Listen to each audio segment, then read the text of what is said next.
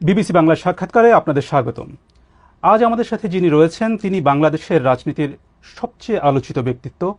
দীর্ঘ ১৭ বছর নির্বাচনে থেকেও তিনি বাংলাদেশের প্রধান একটি রাজনৈতিক দলকে নেতৃত্ব দিয়ে গেছেন এবং বাংলাদেশের রাজনীতিতে সবসময় একজন গুরুত্বপূর্ণ চরিত্র হিসেবে থেকেছেন। ২০০৮ সালে নির্বাচনে যাবার পর এই প্রথম তিনি গণমাধ্যমের মুখোমুখি হয়েছেন। আমাদের সাথে রয়েছেন বিএনপির ভারপ্রাপ্ত চেয়ারম্যান তারেক রহমান। বিবিসি বাংলার সাক্ষাৎকারে আপনাদের সাথে রয়েছি আমি মীর সাব্বির, আমার সাথে রয়েছেন সহকর্মী কাদির কল্লোল। তারেক রহমান, আপনাকে অনেক ধন্যবাদ বিবিসি বাংলার সাথে যোগ দেবার জন্য। আপনাদেরকে অনেক ধন্যবাদ আমাকে কথা বলার সুযোগ করে দেওয়ার জন্য। প্রথমে জানতে চাই আপনি কেমন আছেন, আপনার সময় কেমন যাচ্ছে? আলহামদুলিল্লাহ, আমি শারীরিকভাবে ভালো আছি। সময় তো স্বাভাবিকভাবে ব্যস্তই যাচ্ছে সময়। ফিজিক্যালি হয়তো আমি এই দেশে আছি, বাট মন মানসিকতা সবকিছু মিলিয়ে তো আমি গত ১৭ বছর ধরে বাংলাদেশেই রয়ে গিয়েছি। আমরা এমন একটা সময় আপনার সাথে কথা বলছি যখন বাংলাদেশ ইতিহাসে একটা গুরুত্বপূর্ণ সন্ধিক্ষণে দাঁড়িয়ে আছে বললে ভুল বলা হবে না। ২০২৪ সালে একটা ঐতিহাসিক গণ অভ্যুত্থানের মধ্য দিয়ে আওয়ামী লীগ সরকারের ১.৫ দশকের শাসনের অবসান হয়েছে। আর কয়েক মাসের মধ্যেই বাংলাদেশ একটি নির্বাচনের দিকে এগিয়ে যাচ্ছে। এর মধ্যে আপনি আপনার অনেক দলীয় অনুষ্ঠানে আপনি যোগ দিয়েছেন, কথা বলেছেন, নিয়মিতই কথা বলে যাচ্ছেন, কিন্তু গণমাধ্যমের সাথে আপনি এই দীর্ঘ সময় কথা বলেননি। এতদিন ধরে আপনি কথা বলেননি কেন? ব্যাপারটা বোধহয় এরকম না, ব্যাপারটা বোধহয় একটু ভিন্ন। আসলে আমি কথা ঠিকই বলেছি। আমি দীর্ঘ ১৭ বছর এখানে আছি এই দেশে প্রবাস জীবনে। তবে আমার উপরে যখন দলের দায়িত্ব এসে পড়েছে তারপর থেকে আমি গ্রামে গঞ্জে আমার নেতাকর্মী সহ তাদের সাথে বিভিন্ন পর্যায়ে সাধারণ মানুষ যখন যেভাবে অংশগ্রহণ করেছে আমি সকলের সাথে কথা বলেছি। আপনারা নিশ্চয়ই জানেন, বিগত স্বৈরাচার সরকারের সময় কোর্ট থেকে রীতিমতন একটা আদেশ দিয়ে আমার কথা বলার অধিকারকে বন্ধ করে দেওয়া হয়েছিল। আমি যদি গণমাধ্যমে কিছু বলতে চাইতাম, হয়তো গণমাধ্যমের ইচ্ছা ছিল ছাপানোর, গণমাধ্যম সেটি ছাপাতে পারত না। আমি একবার প্রেস ক্লাবে কথা বলেছিলাম, তখন পরের দিন দেখলাম যে প্রেস ক্লাবে একটি, তখনকার যেই প্রেস ক্লাবের যারা সদস্য ছিলেন বা কমিটি ছিল, তারা একটি তাদের মিটিং ডেকে একটি সভা করে তারা সিদ্ধান্ত নেয় যে তারা, তখন আমাকে আইনের দৃষ্টিতে ফেরারি বলা হয়েছিল, যে সেরকম কোনো ব্যক্তিকে তারা প্রেস ক্লাবে কথা বলতে দিবে না। এভাবে তারা চেষ্টা করেছিল আমার কথা বন্ধ করে রাখতে।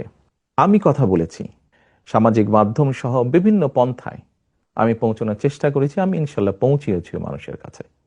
কাজে গণমাধ্যমে যে কথা বলিনি তা না, আমি কথা বলেছি, হয়তো আপনারা তখন কথা নিতে পারেননি অথবা শুনতে পারেননি, ইচ্ছা থাকলেও ছাপাতে পারেননি, হয়তো প্রচার করতে পারেননি, কিন্তু আমি বলেছি, আমি থেমে থাকিনি। আমি অবশ্য সাক্ষাৎকারের কথা বলছিলাম, যে প্রশ্নোত্তরের বিষয়টি, মানে বিশেষ করে গত এক বছরে বাংলাদেশে গণ অভ্যুত্থানের ১ বছর পেরিয়ে গেছে যেমনটা বলছিলাম, এবং অনেকের ধারণা ছিল আওয়ামী লীগ সরকারের পতনের পর আপনি দেশে এসে সশরীরে দলের নেতৃত্ব দেবেন। এবং গত ১ বছরে যে প্রশ্নটা বারবার ঘুরে ফিরে এসেছে এবং এখনো আসছে, যে আপনি এখনো দেশে ফেরেননি কেন? কেন আপনি এখনো দেশে ফেরেননি? কিছু সঙ্গত কারণে হয়তো ফিরাটা হয়ে উঠেনি এখনো, তবে সময় তো চলে এসছে, মনে হয় ইনশাল্লাহ দ্রুতই ফিরে আসব। সেটা কবে আমরা কি জানতে পারি? দ্রুতই, মনে হয় দ্রুতই ইনশাল্লাহ। নির্বাচনের আগে কি তাহলে আপনি দেশে আসবেন এমন সম্ভাবনা তাহলে বলা যায়? রাজনীতি যখন করি, আমি একজন রাজনৈতিক কর্মী হিসেবে স্বাভাবিক নির্বাচনের সাথে রাজনৈতিক দল, রাজনৈতিক কর্মীর একটি ওতপ্রোত সম্পর্ক। কাজেই যেখানে একটি প্রত্যাশিত, জনগণের প্রত্যাশিত নির্বাচন হবে, সেই নির্বাচনের সময় কেমন করে দূরে থাকব? আমি তো, আমার সর্বোচ্চ চেষ্টা থাকবে, ইচ্ছা থাকবে, আগ্রহ থাকবে সেই প্রত্যাশিত, যে প্রত্যাশিত নির্বাচন জনগণ চাইছে, সেই প্রত্যাশিত নির্বাচন যখন অনুষ্ঠিত হবে জনগণের সাথে, জনগণের মাঝেই থাকবো ইনশাল্লাহ। একটা বিষয় যেটা আপনার দল থেকে মাঝে দলের নেতাদের কেউ কেউ কখনো কখনো বলেছেন, যে একটা নিরাপত্তার শঙ্কার কথা বলেছেন আপনি না আসার পেছনে। আপনি কি কোনো ধরনের শঙ্কা করেছেন এর মধ্যে? আহ বিভিন্ন রকম শঙ্কার কথা তো আমরা অনেক সময় বিভিন্ন ব্যক্তির কাছে তো শুনেছি, সরকারেরও বিভিন্ন ব্যক্তির কাছ থেকেও তো অনেক সময় অনেক শঙ্কার কথা আহ, বিভিন্ন মাধ্যমে বিভিন্ন মিডিয়াতে প্রকাশিত হয়েছে। জুলাই গণ অভ্যুত্থানের প্রসঙ্গে একটু আসি। জুলাই গণ অভ্যুত্থানে আপনার ভূমিকা নিয়ে অনেক আলোচনা আছে। এটি মোটামুটি সব পক্ষই স্বীকার করে যে সেই সময়ে আপনার একটা সক্রিয় ভূমিকা ছিল। আবার আপনার দলের কোনো কোনো নেতা বা সমর্থক তারা এই অভ্যুত্থানের আপনাকে একমাত্র মাস্টারমাইন্ড হিসেবে আখ্যা দিয়েছেন। আপনি কি নিজেকে এই আন্দোলনের মাস্টারমাইন্ড হিসেবে দেখেন? না, আমি অবশ্যই এই জুলাই আন্দোলনে আমি কখনোই মাস্টার মাইন্ড হিসেবে দেখি না। এই যে 5ই আগস্ট যেই আন্দোলন, জুলাই আন্দোলন বলে যেটি বিখ্যাত বা যেটি সকলের কাছে গৃহীত, এই আন্দোলনটি সফল হয়েছে জুলাই মাসে, কিন্তু এই আন্দোলনটি প্রেক্ষাপট শুরু হয়েছে কিন্তু বহু বছর আগে থেকে। এই আন্দোলনে বাংলাদেশের গণতান্ত্রিক রাজনৈতিক দলগুলোর নেতাকর্মীরা, সেটি বিএনপি হোক বা অন্য রাজনৈতিক দলগুলি হোক, যারা গণতান্ত্রিক রাজনৈতিক দল, প্রত্যেকটি রাজনৈতিক দল বিভিন্নভাবে অবদান রেখেছে, বিভিন্নভাবে তাদের নেতাকর্মীরা নির্যাতিত হয়েছে। আমি মনে করি জুলাই আগস্ট মাসে এসে জনগণ সকল গণতান্ত্রিক রাজনৈতিক দলের সাথে অংশগ্রহণ করেছে। শুধু কি রাজনৈতিক দলের নেতাকর্মীরাই সেদিন ছিল মাঠে? অবশ্যই নয়। আমরা দেখেছি সেদিন মাদ্রাসার ছাত্ররা, তারা ছিলেন এই আন্দোলনের মাঠে। আমরা দেখেছি গৃহিণীরা পর্যন্ত রাস্তায় নেমে এসেছেন সন্তানের পেছনে। আমরা দেখেছি কৃষক, শ্রমিক, সিএনজি চালক, ছোট দোকান কর্মচারী বা দোকান মালিক থেকে আরম্ভ করে গার্মেন্টস কর্মী থেকে আরম্ভ করে তারা নেমে এসেছিলেন। আমরা দেখেছিলাম সামরিক বাহিনীর অবসরপ্রাপ্ত কর্মকর্তা কর্মচারীরা নেমে এসেছিলেন এই আন্দোলনে। এমন অনেক সাংবাদিক যারা স্বৈরাচারের অত্যাচারে নির্যাতিত হয়ে দেশ থেকে বাইরে চলে যেতে বাধ্য হয়েছিলেন, তারা সম্পৃক্ত হয়েছিলেন এই আন্দোলনে। কাজী কারো ভূমিকাকে আমরা ছোট করে দেখতে চাই না, খাটো করে দেখতে চাই না। আমি বিশ্বাস করি দৃঢ়ভাবে সমাজের দল মত নির্বিশেষে, শ্রেণী বিন্যাস নির্বিশেষে প্রত্যেকটি মানুষের অবদান আছে। এই আন্দোলন ছিল বাংলাদেশের জনগণের আন্দোলন, যারা গণতন্ত্রে বিশ্বাস করে। এই আন্দোলনের মাস্টার মাইন্ড কোনো দল, কোনো ব্যক্তি নয়। এই আন্দোলনের মাস্টার মাইন্ড বাংলাদেশের গণতান্ত্রিক জনগণ। এই বিষয়ে যদি আপনার থেকে জানতে চাই যে হচ্ছে যে যখন আন্দোলনটা চলছিল, তখন যে আন্দোলনে যে ছাত্র নেতৃত্ব ছিল তাদের সাথে আপনার কতটা যোগাযোগ ছিল? আপনার দলের সাথে তো নিশ্চয়ই যোগাযোগ ছিল, দলের নেতাকর্মীদের সাথে। অন্যদের সাথে আপনার কতটা যোগাযোগ ছিল? স্বাভাবিকভাবে আমি যেহেতু বাইরে থেকে কাজ করছি, আমাকে যোগাযোগটা অনলাইনের মাধ্যমে রাখতে হয়েছে। এবং সেই দিনগুলোতে আপনাদের নিশ্চয়ই মনে আছে যে টেলিফোন সিস্টেম বা অনলাইন সিস্টেমের কি অবস্থা করেছিল স্বৈরাচার। আপনি যোগাযোগের যেটি কথা বলেছেন, এই যোগাযোগটি প্রত্যক্ষ পরোক্ষ বিভিন্নভাবে আমাদেরকে করতে হয়েছে, বিভিন্ন মাধ্যমে করতে হয়েছে। যোগাযোগটা যে খুব স্মুথ সব সময় থেকেছে তা নয়। প্রত্যেকে সহযোগিতা করেছি আমরা। এই যে ছাত্র জনতার যে অভ্যুত্থান, সেটির পরে এটার কৃতিত্ব কার সেটা নিয়ে বিভিন্ন পক্ষ দাবি করেছে। তাতে কি আপনার মনে হয় যে এর ফলে বিভিন্ন পক্ষের যে সংকীর্ণ স্বার্থ পূরণের চেষ্টা, সেটাই একটু বেশি প্রকট হয়েছে, এবং এখানে বিএনপির আসলে কোনো দায় আছে কিনা?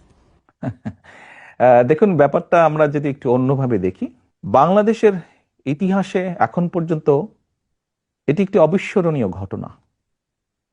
এই আন্দোলন, মানুষের এই আত্মত্যাগ। সাধারণত কোনো রাজনৈতিক আন্দোলনে, স্বৈরাচারের বিরুদ্ধে আন্দোলনে শিশু হত্যা হয় না, শিশু শহীদ হয় না, শিশু মৃত্যুবরণ করে না। বাট আমরা দেখেছি এই আন্দোলনে, স্বৈরাচারের এই আন্দোলনে যতটুকু আমার মনে আছে, প্রায় 63 জন শিশু শহীদ হয়েছে, মারা গিয়েছে। আমি আগেই বলেছি, আপনার আগের প্রশ্নের উত্তরে বলেছি যে এই আন্দোলনের ক্রেডিট দল মত নির্বিশেষে বাংলাদেশের জনগণের, কোনো একটি রাজনৈতিক দলের নয়। অনেকে হয়তো অনেক কিছু বলে থাকতে পারেন, ডিমান্ড করতে পারেন, সেটি তাদের অবস্থান। আমি বা আমার দলের অবস্থান হচ্ছে আন্দোলন হয়ে গিয়েছে, আন্দোলনের জনগণ সফলতা লাভ করেছেন। আন্দোলনে স্বাভাবিকভাবেই দুটো পক্ষ আছে। একটি পক্ষ হচ্ছে মানুষ শহীদ হয়েছে, 2000-এর মতন মানুষকে হত্যা করা হয়েছে আন্দোলনে।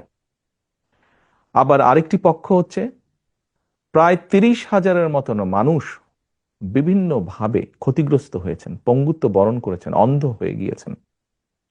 আমার মনে হয় আমাদের উচিত হবে এখন, আমাদের সকলের উচিত হবে রাষ্ট্র সহ, সরকার সহ, রাজনৈতিক দলগুলোর যার যতটুকু সম্ভব সেই পরিবারগুলোর পাশে গিয়ে দাঁড়ানো, যতটুকু সহযোগিতা তাদেরকে করা যায়, যতটুকু সম্ভব তাদের পাশে দাঁড়ানো, তাদের তাদের তাদের এই আত্মত্যাগের প্রতি সম্মান জানানো। আগামী কয়েক মাস পরে নির্বাচনের কথা রয়েছে। নির্বাচনে বিএনপির প্রস্তুতি এবং কৌশল নিয়ে আমরা কথা বলবো। তো এই বিষয়ে আপনাকে প্রথম প্রশ্নটি করছেন আমার সহকর্মী কাদির কল্লোল। নির্বাচন প্রসঙ্গে যদি আসি, অন্তর্বর্তী সরকারের শুরু থেকেই দেখা গেছে যে বিএনপির পক্ষ থেকে দ্রুত নির্বাচন দাবি করা হয়েছে। সরকার গড়িমসি করছে, এ ধরনের অভিযোগও বিএনপির নেতারা করে আসছেন। তো এখন দেখা যাচ্ছে যে অন্তর্বর্তী সরকারের প্রধান উপদেষ্টা অধ্যাপক মোহাম্মদ ইউনূস এবং নির্বাচন কমিশন তারা ফেব্রুয়ারিতে একটা নির্বাচনের সময় দিয়েছেন। তো ফেব্রুয়ারিতেই নির্বাচন হবে, আপনাদের আস্থা কতটা আসলে তাতে? বিএনপি প্রথম থেকেই বলে আসছিল যে যত দ্রুত নির্বাচনটি হবে তত দ্রুত দেশের মধ্যে একটি স্থিতিশীলতা আসবে। দেখুন, বাংলাদেশের মানুষ গত 17 বছর যাবৎ তাদের রাজনৈতিক অধিকার যেমন তাদের কাছ থেকে কেড়ে নেওয়া হয়েছিল, তাদেরকে তাদের অর্থনৈতিক সমৃদ্ধি থেকেও বঞ্চিত করা হয়েছিল, যার ফলশ্রুতিতে আমরা সমাজে অনেকগুলো পর্যায়ক্রমিকভাবে স্পিল ওভার ইফেক্ট বলতে যা বোঝায় অনেকগুলো খারাপ লক্ষণ দেখেছি। বেকার সমস্যা বেড়েছে, দারিদ্রতা বেড়েছে, শিক্ষা ব্যবস্থা ধীরে ধীরে ধ্বংস হয়ে গিয়েছে, চিকিৎসা ব্যবস্থা ধীরে ধীরে ধ্বংস হয়ে গিয়েছে, কৃষি ব্যবস্থা ধীরে ধীরে ধ্বংস হয়েছে। আমরা সেজন্যই বলেছিলাম যে যত দ্রুত নির্বাচন হবে, যত দ্রুত দেশের মালিক যারা অর্থাৎ জনগণ, তাদের কাছে যখন সেই অধিকার ফিরিয়ে দেওয়া হবে, তারা যখন সিদ্ধান্ত নেবে, অর্থাৎ দেশের মালিক যখন সিদ্ধান্ত নেবে দেশ কারা কিভাবে পরিচালিত করবে, তত দ্রুত দেশে স্থিতিশীলতা ফিরে আসবে। কারণ প্রকৃতভাবে নির্বাচিত একটি সরকার অবশ্যই জনগণের যেই চাওয়া, অর্থাৎ জনগণ যেভাবে চায় সেই বিষয়গুলোকে তারা অ্যাড্রেস করবে। ইয়েস, একটি নির্বাচন হলেই যে সব রাতারাতি সব ঠিক হয়ে যাবে তা না। সমস্যাগুলোকে যখন আপনি অ্যাড্রেস করবেন, খুব স্বাভাবিকভাবেই ধীরে ধীরে সমস্যা কমতে শুরু করবে। আমরা আনন্দিত যে দেরিতে হলেও সরকার জিনিসটি উপলব্ধি করতে পেরেছেন। আমরা ডিসেম্বরের ভিতরে চেয়েছিলাম, ওনারা ফেব্রুয়ারির ভিতরে এখন নির্বাচনটি করতে চাইছেন।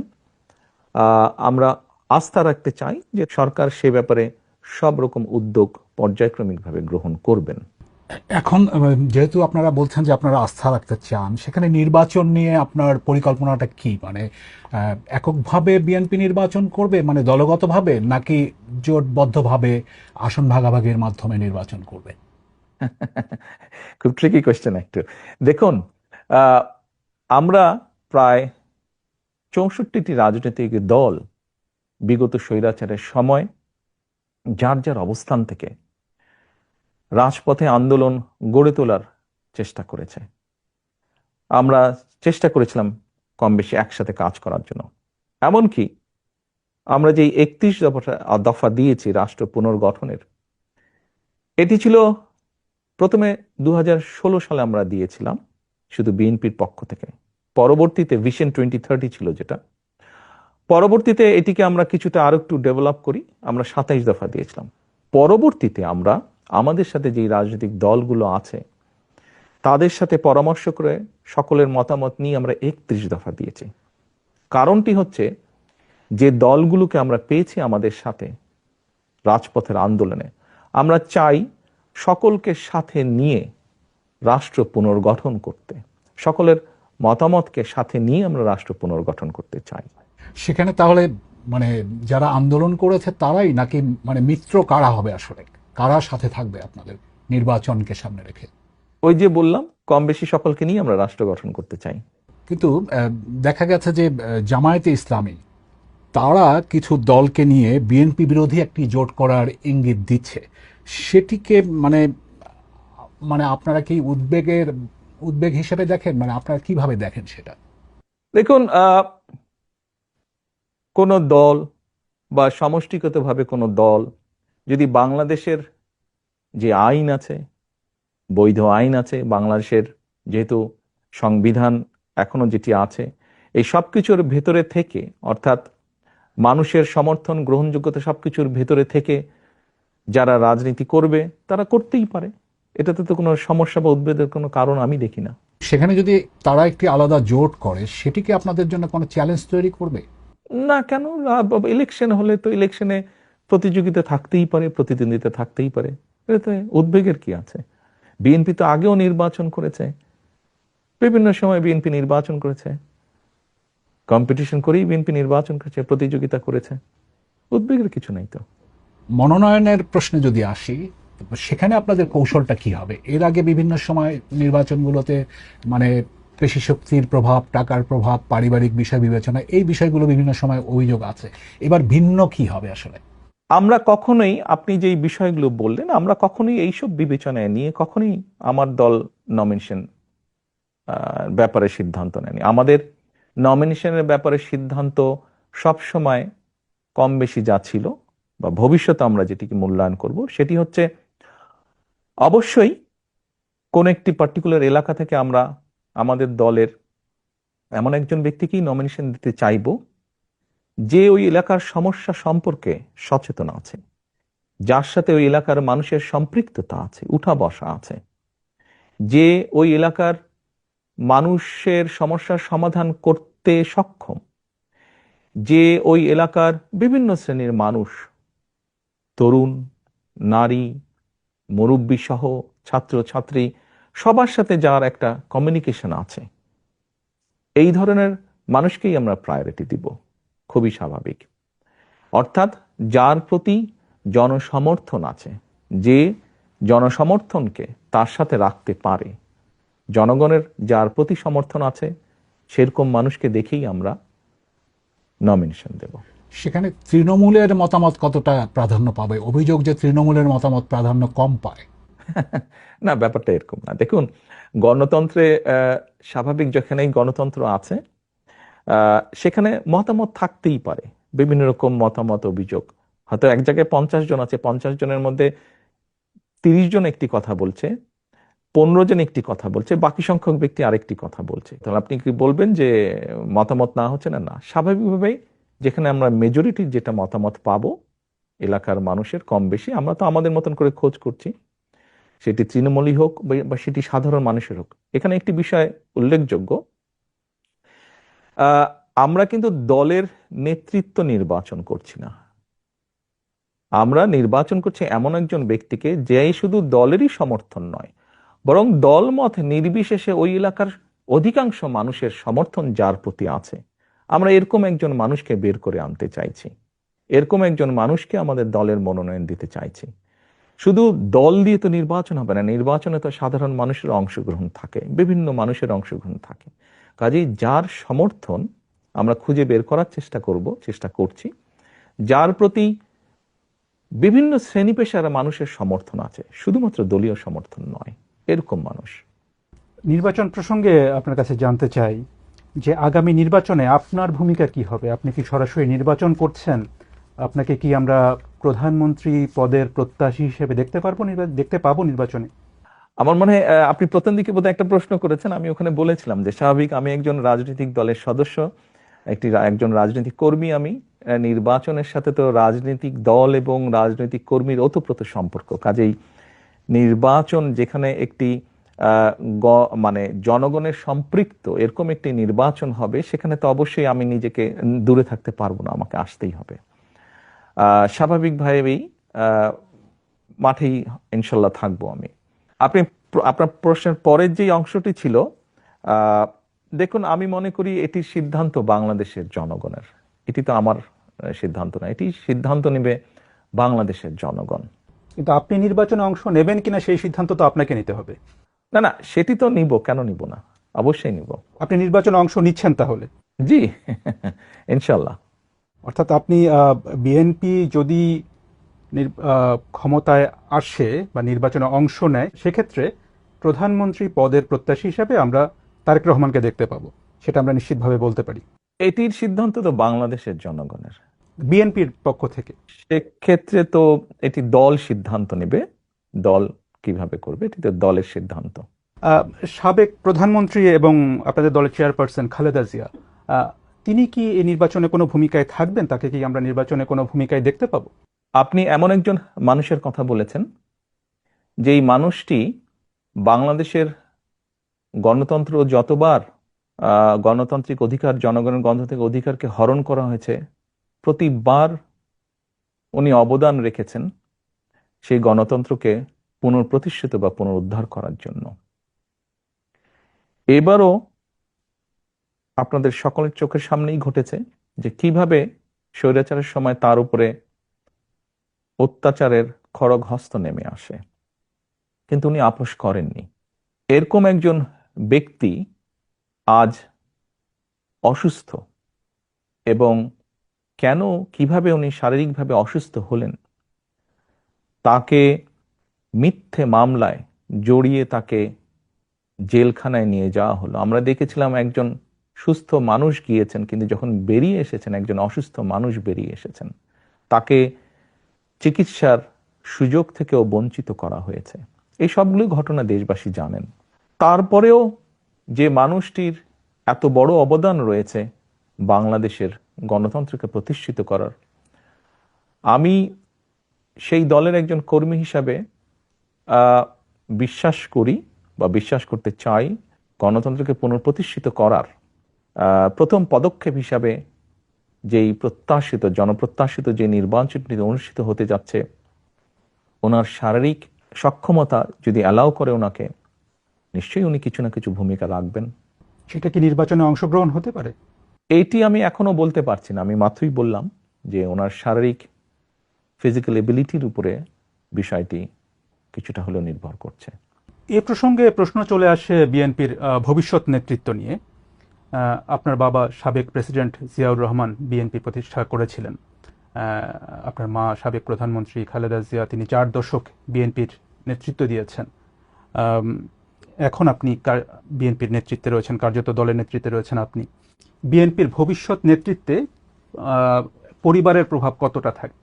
দেখুন, বিষয়টিকে আমি একটু তাহলে অন্যভাবে উপস্থাপন করি। সব রকম সকলের মতামতের প্রতি শ্রদ্ধা রেখেই আমি বলতে চাইছি। দেখুন, একজন চিকিৎসকের সন্তান যখন চিকিৎসক হয়, তখন সে ভালোও করে, সে খারাপও করে।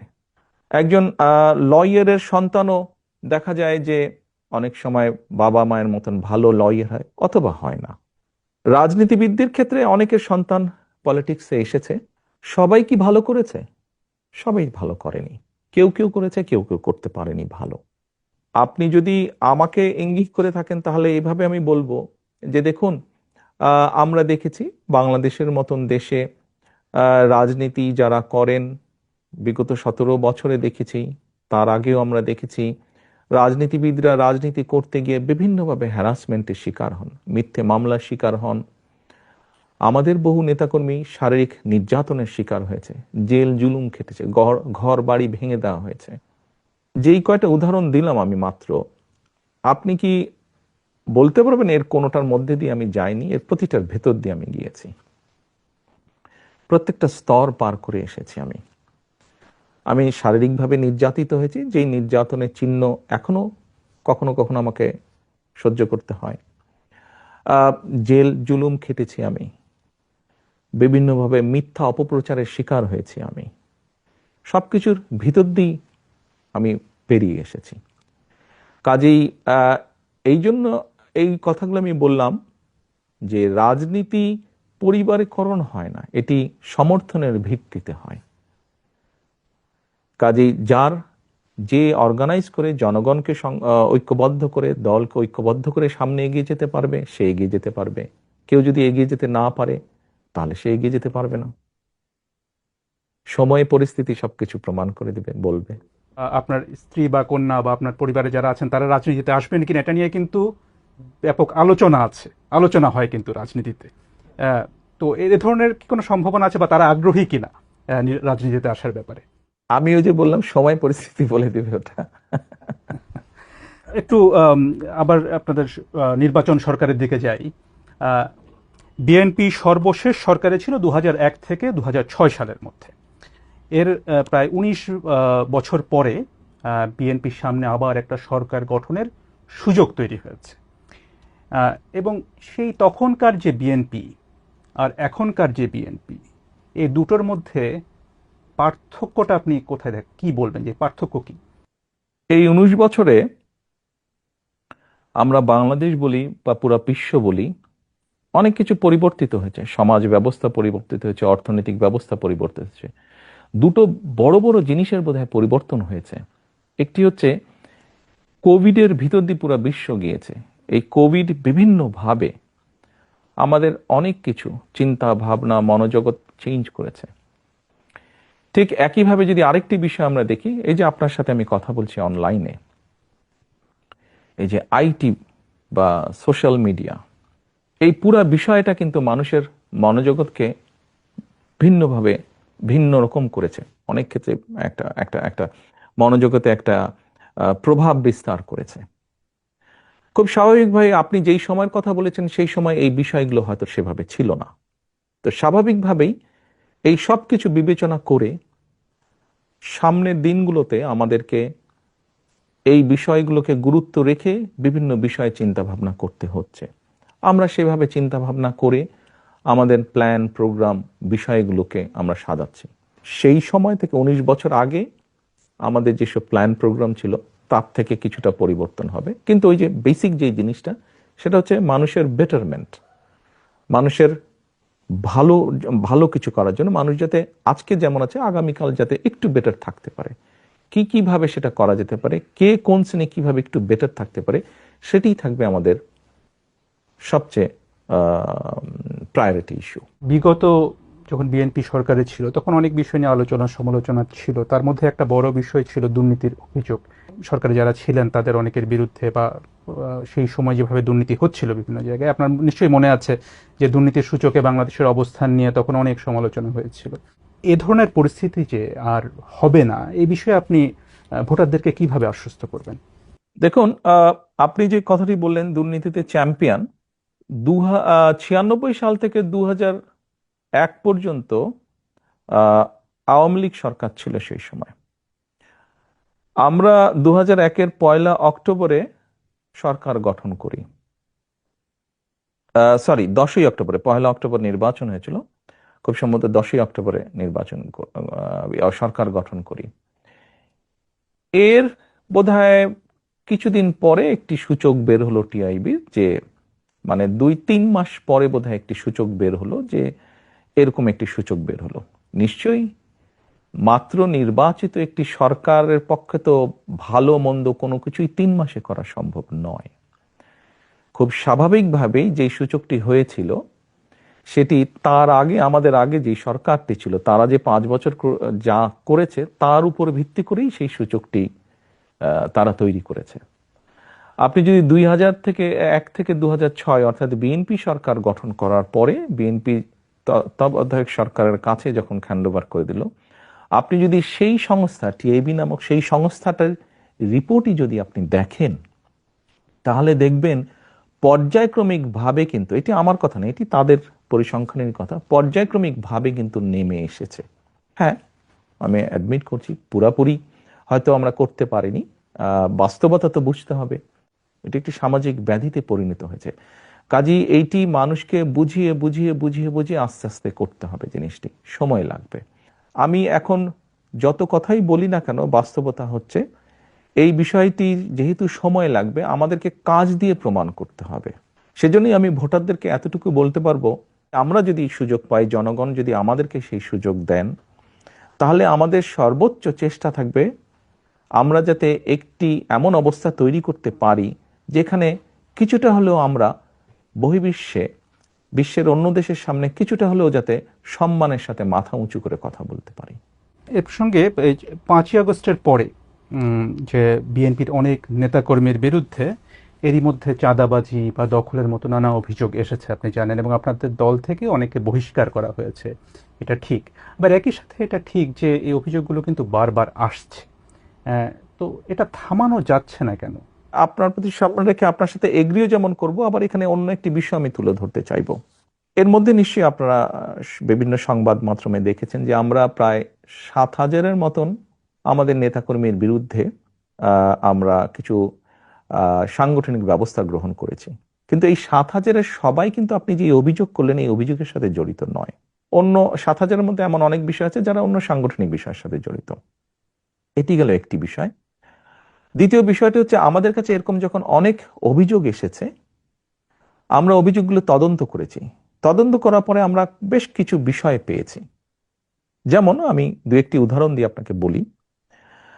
যেমন ধরেন, দুই ভাই, কোনো একটি এলাকায় দুই ভাই আছে। দুই ভাইয়ের মধ্যে পারিবারিক সম্পত্তি, সহায় সম্পত্তি নিয়ে একটি সমস্যা আছে। এক ভাই বিগত যে স্বৈরাচার, পলাতক স্বৈরাচার, তাদের কারোর সাথে এক ভাইয়ের খুব ভালো সম্পর্ক। তার ফলে সে সেই স্বৈরাচারের যে দোসর, যার সাথে এই এক ভাইয়ের সম্পর্ক, সে তার ইনফ্লুয়েন্সটি ব্যবহার করে অন্য ভাইয়ের সম্পত্তিও জোর করে দখল করে রেখেছে। এখন 5 তারিখের পরে যে ভাই স্বৈরাচারের দোসরকে ব্যবহার করেছিল সেই দোসরও তো পালিয়ে গিয়েছে। তো স্বাভাবিকভাবেই সেই ভাই এখন আর শেল্টার পাচ্ছে না। তো অন্য যার সম্পত্তি জোর করে রেখে দিয়েছিল অন্য ভাইটি, সেই অন্য ভাইটি স্বাভাবিকভাবে তার হক আদায় করতে গিয়েছে বা হক বুঝে নিতে গিয়েছে। এখন অ্যাক্সিডেন্টলি বা ইনসিডেন্টলি যে ভাই এতদিন ভাবে বঞ্চিত ছিল সম্পত্তি থেকে, সেই ভাই বিএনপি করে, বিএনপির কোনো একজন কর্মী বা স্ট্রং সমর্থক বা নেতা যেটাই হোক, চাপিয়ে দিল, অভিযোগ তুলে দিল অন্যজন যে বিএনপি দখল করতে গেছে, বিএনপির নেতাকর্মী দখল করতে। এরকম ঘটনা আমরা প্রচুর পেয়েছি। আবার আরেকটি আমি উদাহরণ দেই, যা সত্য, যা বাস্তব। স্বৈরাচারের সময় আমাদের সারা বাংলাদেশে আমাদের প্রায় 50 লক্ষের বেশি নেতাকর্মীর নামে বিভিন্ন রকম গায়েবী মিথ্যে মামলা দেওয়া হয়েছিল। আমাদের বহু নেতাকর্মী তাদের ঘর বাড়িতে থাকতে পারত না, তাদেরকে বিভিন্নভাবে পালিয়ে থাকতে হতো, বিভিন্নভাবে সরে থাকতে হতো। এই সুযোগে স্বৈরাচার তাদের ব্যবসা বাণিজ্য, দোকান পাট, ঘর বাড়ি, জমি জমা, পুকুর দখল করে নিয়েছিল।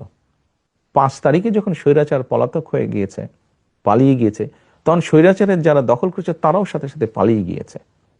স্বাভাবিকভাবেই আমাদের নেতাকর্মীরা তাদের নিজেদের যেগুলি বৈধ সম্পত্তি, পৈতৃক সম্পত্তি, সেগুলো আবার ফিরে পেতে গিয়েছে। তখন আবার কিছু সংখ্যক লোক প্রচার করেছে যে বিএনপির লোকজন দখল করতে গিয়েছে। এরকম ঘটনা প্রচুর ঘটেছে। আপনি যেই কথাটি বললেন সেরকমও কিছু ঘটেছে ঘটনা, এবং সে কারণেই আমরা আমাদের অবস্থান থেকে ব্যবস্থা গ্রহণ করেছি। তবে এখানে আমার একটি প্রশ্ন আছে, যে প্রশ্নটি আমরা পাবলিকলিও করেছি। দেখুন, আমরা একটি রাজনৈতিক দল, কিছু ঘটনা ঘটেছে, আমরা অস্বীকার করছি না, ঘটেছে। যেমন আমরা ব্যবস্থা নিয়েছি তাদের বিরুদ্ধে, যতটুকু আমরা জেনেছি, যতটুকু আমরা তদন্তর পরে পেয়েছি, যখন সত্যতা পেয়েছি আমরা ব্যবস্থা নিয়েছি। কিন্তু পুলিশিং করা তো আমাদের কাজ না। রাজনৈতিক দলের কাজ অবশ্যই পুলিশিং করা না। আমাদের প্রশ্ন হচ্ছে, আমরা কখনো বলিনি সরকারকে যে অমুককে ধরতে পারবো না, তমুককে ধরতে পারবো না, এই করতে পারবে না, ওই কথা আমরা কিন্তু কখনো বলিনি। আমাদের বক্তব্য হচ্ছে, যাদের কাজ পুলিশিং করা, তারা কেন তাদের কাজটি করছে না, তারা কেন তাদের কাজে ব্যর্থ, এটি আমাদের প্রশ্ন। তার মানে এখানে সরকারের একটা ব্যর্থতা আছে। অবশ্যই, আমি তো আগেই বলছি, পুলিশিং তো রাজনৈতিক দলের কাজ না, পুলিশিং করার দায়িত্ব সরকারের। অর্থাৎ আমরা ধরে নিতে পারি যে আপনারা যদি সরকার গঠন করেন, সেক্ষেত্রে আপনার দলের নেতাকর্মী বা আপনার দলের নামে কোনো চাঁদাবাজি বা দখল এ ধরনের কিছু হলে তারা কেউ সেটা করতে পারবে না, কারণ তখন যেহেতু আপনারা সরকারে থাকবেন। ইয়াস, পুলিশ পুলিশের কাজ করবে, আইন শৃঙ্খলা বাহিনী আইন শৃঙ্খলার কাজ করবে। আমার দলের কোনো নেতাকর্মী বিএনপি ইনশাল্লাহ সরকার গঠন করলে আমার দলের কোনো নেতাকর্মী তখনও যদি এরকম কোনো অনৈতিক কাজে সম্পৃক্ত হয়, আমরা দলের অবস্থান থেকে তার বিরুদ্ধে অবস্থান নিব, তার পক্ষে থাকবে না দলের অবস্থান। এবং দেশের আইন অনুযায়ী, দেশের আইন শৃঙ্খলা রক্ষা করার দায়িত্ব যাদের, আইন শৃঙ্খলা বাহিনী, তারা তাদের কাজ করবে। সিম্পল। এখানে দুই দুই চারের মতন ব্যাপার। আমি একটু ডাকসু নির্বাচনের প্রশ্নে আসি। সাম্প্রতিক সময়ে ডাকসু নির্বাচনের ফলাফল ব্যাপক আলোচনা চলছে রাজনীতিতে এখনো। এর ফলাফলে দেখা গেছে যে বিএনপি সমর্থক ছাত্রদল তাদের চেয়ে বেশ বড় ব্যবধানে ছাত্র শিবির সমর্থিত প্যানেল জয়ী হয়েছে। আপনি কিভাবে দেখেন এই ফলাফলটাকে? আসলে আমি মনে করি গণতান্ত্রিক যাত্রার একটি ভালো উদ্যোগ, এটি ভালো সূচনা। এটি গেল 1 নম্বর। দ্বিতীয় বিষয়টি হচ্ছে, যারা জয়ী হয়েছেন বা এরকম আরো ভবিষ্যতে যারা জয়ী হবেন তাদের প্রতি শুভেচ্ছা, এবং যারা ভবিষ্যতে জয়ী হবেন তাদের প্রতি অগ্রিম শুভেচ্ছা রইল। তৃতীয় বিষয়টি হচ্ছে, দেখুন, একটা অগ্রযাত্রা শুরু হলো, কিন্তু আমরা চাইছিলাম না যে কোনো বিতর্কের মধ্যে এগুলা পড়ুক। আমরা আশা করব যে পরবর্তীতে যেগুলো হবে সেগুলো বিতর্কবিহীন হবে নির্বাচনগুলো। এই নির্বাচনের ফলাফল, মানে ডাকসুর নির্বাচনের ফলাফল, এটা কি জাতীয় রাজনীতিতে কোনো প্রভাব ফেলতে পারে আগামী নির্বাচনকে সামনে রেখে? আপনার কি মনে হয়? আপনি কি মনে করেন সেটা? আমি যেটা দেখলাম বিভিন্ন মিডিয়াতে, কিছু ব্যক্তি, যেমন মান্না ভাই, উনি তো বোধহয় 2বার ভিপি ছিলেন, আমার থেকে অনেক অভিজ্ঞতা সম্পন্ন রাজনীতিবিদ। আমরা যদি ওনার বক্তব্য শুনে থাকি বা ধরে থাকি, তাহলে তো আমি মনে করি না কোনো কারণ আছে। ছাত্র রাজনীতির জায়গায়, জাতীয় রাজনীতির জায়গায়। এখন যে সক্রিয় দলগুলো আছে তাদের মধ্যে জামায়াত ইসলামীর প্রশ্নে যদি একটু আসি, যে জামায়াত ইসলামীকে ঘিরে বিএনপির নেতাদের অনেক সমালোচনা করতে দেখা যাচ্ছে গত সাম্প্রতিক সময়ে। তো জামায়াত ইসলামী সম্পর্কে আপনার মনোভাবটা কি আসলে? বিষয়টা হচ্ছে যে, দেখুন, বাংলাদেশের স্বীকৃত যে নিয়ম কানুন, আইন কানুন আছে, এগুলোর ভিতরে থেকে যদি কেউ যদি রাজনীতি করে, অবশ্যই করতে পারে। বিএনপি সবসময় বহুদলীয় রাজনীতিতে বিশ্বাস করে। কাজেই বিষয়টি আমরা এভাবেই দেখতে চাই। রাজনীতি করার, দেশের যে নিয়ম কানুন, আইন কানুন আছে, তার ভিতরে থেকে যারা রাজনীতি করবে, অবশ্যই সবার রাজনীতি করার অধিকার আছে, এবং আমরা তো চাই সবাই রাজনীতি করুক। বহুদলীয় রাজনীতিতে আমরা বিশ্বাস করি। জামায়াতে ইসলামী তো বিএনপির সাথে এক সময় মিত্র ছিল। বাংলাদেশের স্বাধীনতা যুদ্ধে তাদের বিরোধী ভূমিকা নিয়ে কিন্তু বিএনপি নেতারা এখন অনেকেই প্রশ্ন তুলছেন, সামনে আনছেন। কিন্তু বিএনপি আবার তাদের সাথে সরকারও গঠন করেছিল একটা সময়। 2024 সালে স্বৈরাচার যেই হত্যাগুলো করেছে, দেশ স্বাধীনের পরে যখন তারা সরকার গঠন করেছিল, ক্ষমতায় ছিল, তখনও যে সকল লুটতারাজ তারা করেছে, খুন গুম তারা করেছে, বিগত 17 বছর খুন গুম তারা যা করেছে, এর জবাব যেরকম তাদেরকেই দিতে হবে তাদেরটা, ঠিক একইভাবে 71 সালে কোনো রাজনৈতিক দল যদি তাদের কোনো বিতর্কিত ভূমিকা থেকে থাকে, তাহলে তাদের জবাব তারাই দিবেন। ওটা তো আর আমি দিতে পারবো না। আমারটা আমি দিতে পারবো, অন্যেরটা তো আমি দিতে পারবো না। আপনি জুলাইয়ের সময়ের কথা বলছিলেন, সেই সময়ের হত্যাকাণ্ডের কথা বলছেন। সেই জুলাই গণঅভ্যুত্থানে ক্ষমতাচ্যুত আওয়ামী লীগ, তাদের ব্যাপারে আপনাদের বা বিএনপির অবস্থানটা কি আসলে? দেখুন, আমি 17 বছর যাবৎ প্রবাস জীবনে আছি।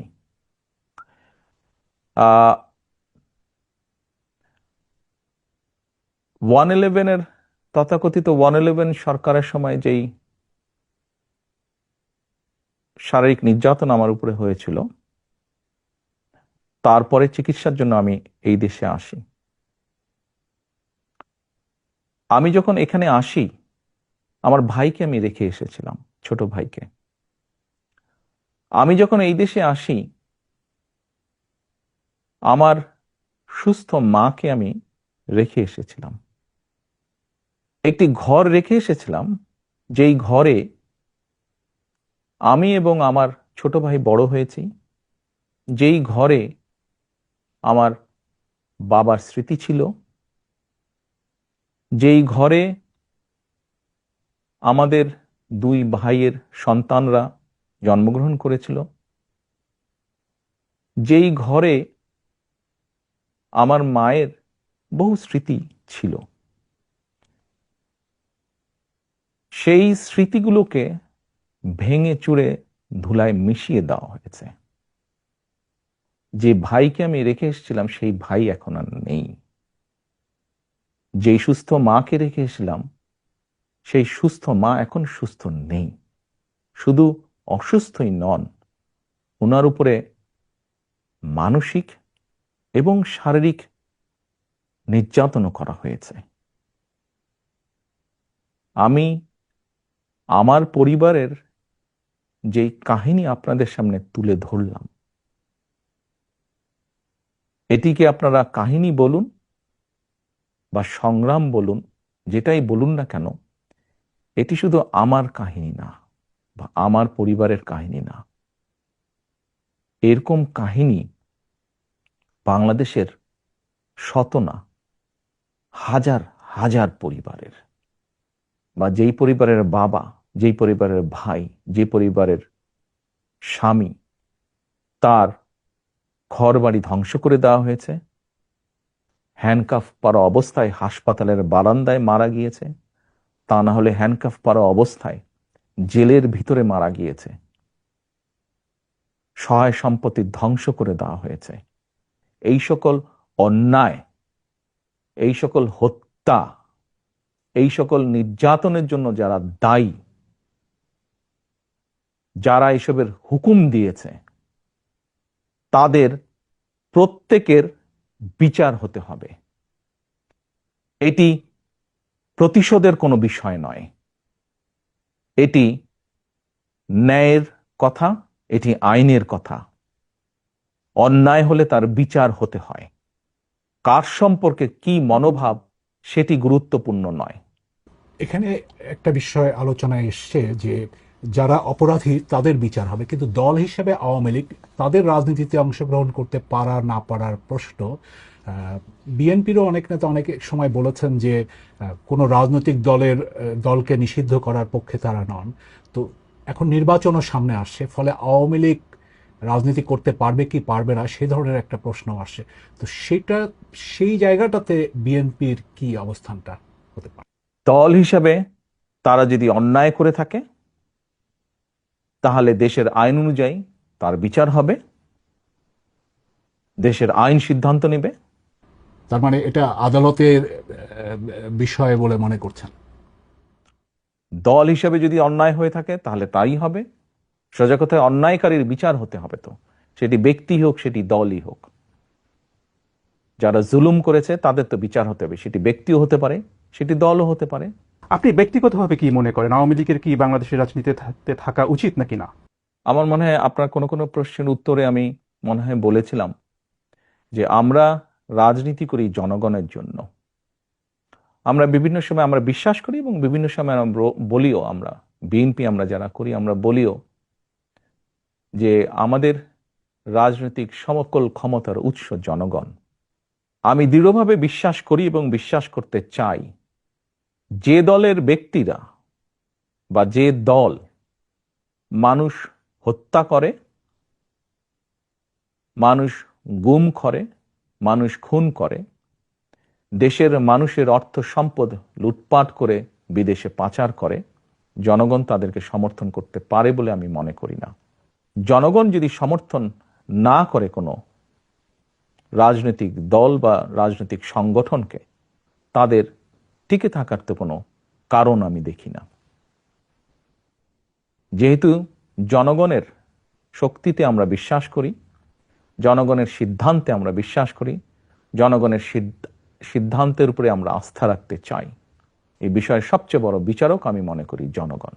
বিএনপির ভারপ্রাপ্ত চেয়ারম্যান তারেক রহমানের সাথে বিবিসি বাংলার সাক্ষাৎকারের এটি ছিল প্রথম পর্ব। দ্বিতীয় পর্বটি পেতে নজর রাখুন বিবিসি নিউজ বাংলার ইউটিউব চ্যানেল এবং ফেসবুক পাতায়।